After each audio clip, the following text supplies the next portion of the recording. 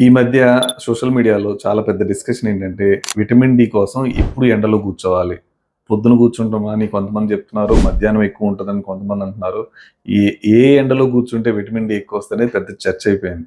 So, దీనికి నేను సమాధానం ఏంటంటే, సైంటిఫిక్‌గా చూస్తే మీకు విటమిన్ డి కోసమే ఎండలో కూర్చోవాలి అంటే, మీరు పొద్దున 10 నుంచి మధ్యాహ్నం 3 వరకు ఎండ తగిలితే మీకు విటమిన్ డి ప్రొడక్షన్ బాడీలో ఎక్కువ జరుగుతది. కానీ మనం ఎండ తగిలేది విటమిన్ డి కోసం మాత్రమే కాదు.